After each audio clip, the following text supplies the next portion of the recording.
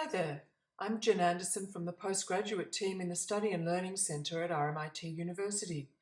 This video presentation in the Graduate Researcher Know-How series explores the thesis structure using alternative forms to the traditional structure. Perhaps you'll decide to write your thesis using a different structure. Of course, you'll make the decision based on your research story, the state of play in your discipline, and the advice of your supervisors. In this workshop, we'll review the RMIT guidelines for graduate researchers, establish the key components of a traditional thesis, and then discuss reasons for choosing an alternative thesis type. Note here that we're not talking about project-based PhDs with separate creative and dissertation components. We're talking about a single document.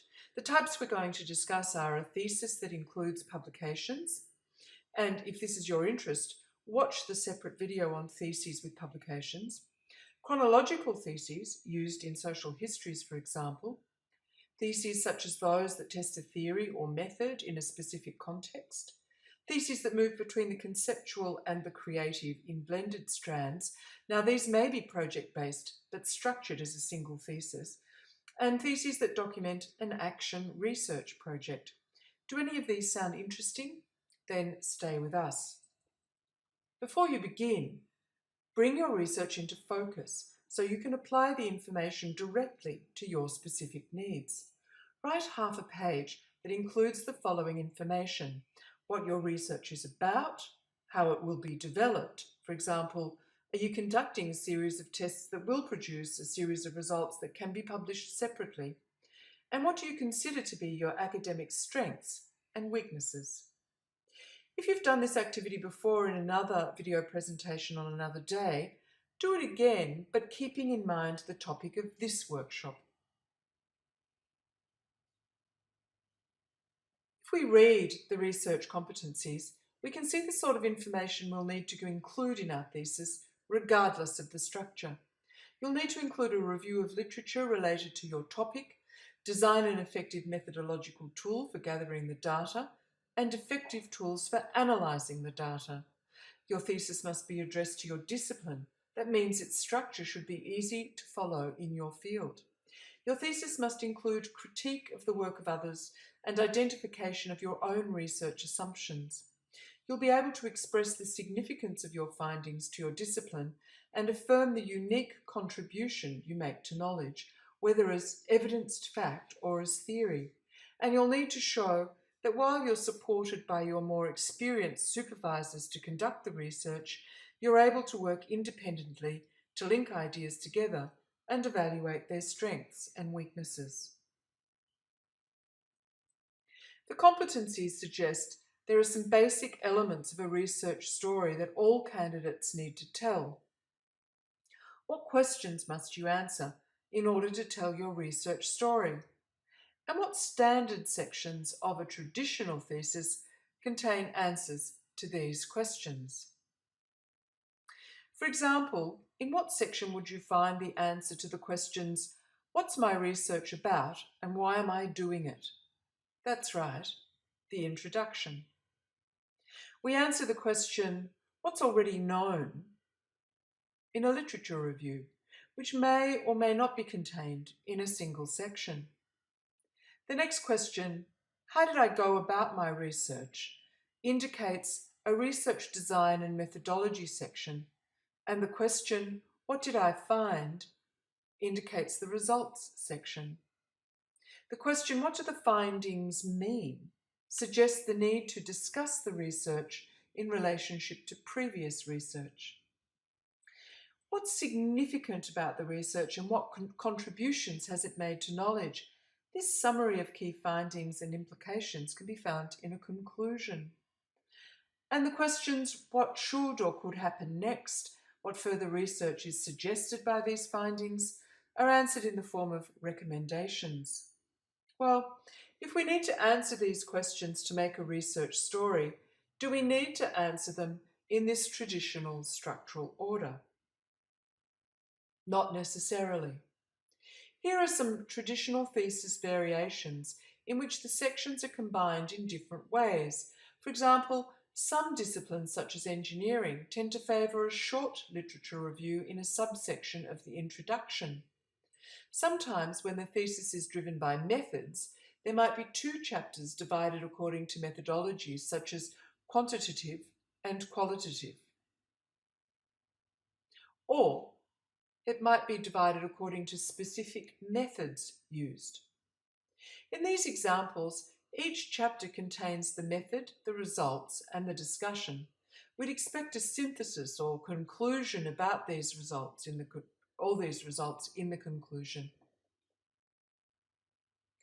A third example is a thesis that's structured according to specific research questions. Each chapter contains one research questions and results and discussion. And then a chapter might follow to discuss the research implications in an integrated way.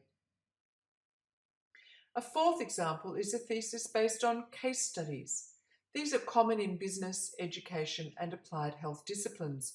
You can see that there is a research question that establishes the topic. For example, the question might be, how successful is a new hand and arm therapy for relieving symptoms of RSI? This is followed by the literature review and the establishment of a research method for conducting the case studies. For example, a sample of patients presenting with RSI strain might be treated using the new therapy over a 6-month period and results compared with existing methods. Why might we choose a different structure for our thesis? Well, it'll be because our research story demands to be told in a specific way. Our research aims, questions, and objectives, that is, the actions we'll take to answer our research questions, they'll guide us to choose certain approaches, which in turn will guide our writing structure. Let's look at some alternative thesis types and discuss reasons why they're structured the way they are. The first is a thesis that includes one or more publications. The important thing to remember here is that your thesis is telling one research story, so the writer needs to show how the publications relate to each other. These research articles must be submitted for publication during your candidacy. Note that the regulations do not say whether they have to be published in this period because it's often not possible to guarantee when a paper will get published. The journals to which the articles are submitted must be ERA approved, that is, relatively high-ranking journals that accept original research of a certain peer-reviewed standard. It is, of course, important that the primary researcher and writer of these articles is the PhD candidate.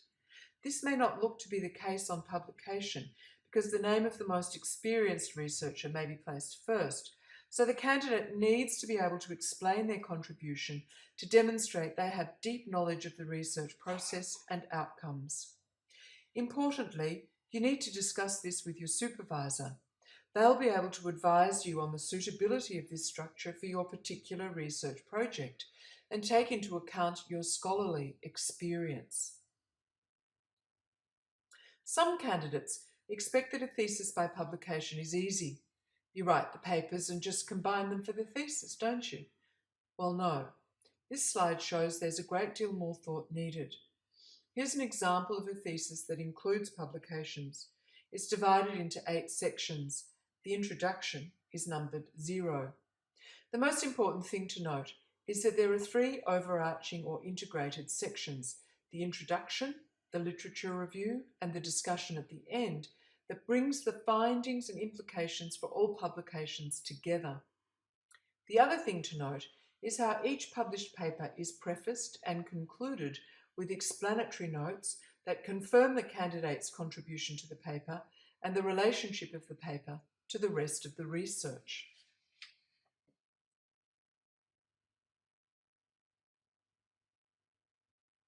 Here's a second example of a methods-focused thesis that includes one publication. It also has 7 chapters and an introduction.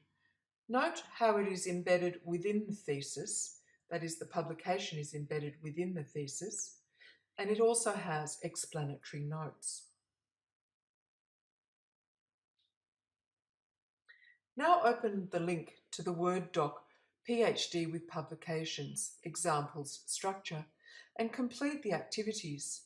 In particular, check out the structures and work out why the candidates have chosen their particular structures. Pause the video now, or remember to check it out after you complete this presentation. Now let's look at ways to create structure and unity. As we've emphasised, your research intention determines the structure of your research story. Examine the next 4 thesis structures in this presentation. Note the storylines in each one. Consider them as a structure for your research. Why might they work, or why not? This thesis is a social history of Cambodian refugee migration and settlement in Melbourne. As with many historical narratives, it is structured chronologically from the past to the present. In each chapter, the writer includes stories narrated by the research participants, historical context, and theory. In particular, the writer needs to address the connection between memory and history, and there is a separate penultimate chapter that focuses on this before the conclusion. Note how the introduction moves from general information to specific information related to this research, and how the conclusion moves from the specific research to more general implications. You'll see this structural element in most of the following models. Here's a very simple thesis structure. The researcher contrasts generally understood perspectives about a popular research approach called action research with its application to a specific context. We understand from the headings that there's a big difference or a gap between the two, between our general understanding and this specific context. Here's an alternative thesis that moves from general concepts to a specific examination of a creative work, introducing key themes along the way.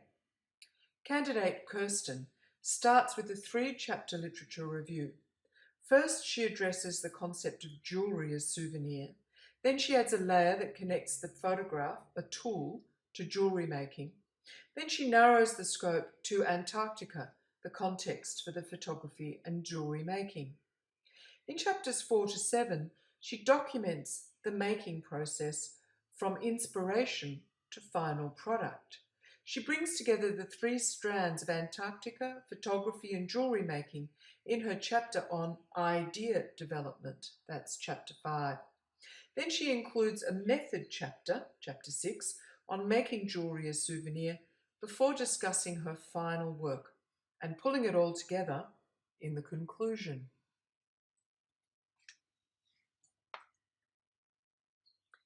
Here's an alternative thesis arranged according to an action research cycle. Action research is a methodology used to evaluate and develop practice-based skills. Its origins are in classroom practice, but it has also been used in nursing and international aid contexts involving participatory development, for example. After the introduction and the theory relating to action research and ways of learning that constitute the literature review, we see a 4-stage implementation of the new approach to learning using the action research cycle of act, observe, reflect, and plan. Chapter 3 describes a workshop that uses a traditional facilitator-centred approach. Chapter 4 describes a workshop that involves participants in their own problem identification. Chapter 5 describes a workshop in which participants identify solutions for their problems, and Chapter 6 offers a description of participants implementing their ideas and evaluating its success. A conclusion sums up key findings and explains implications.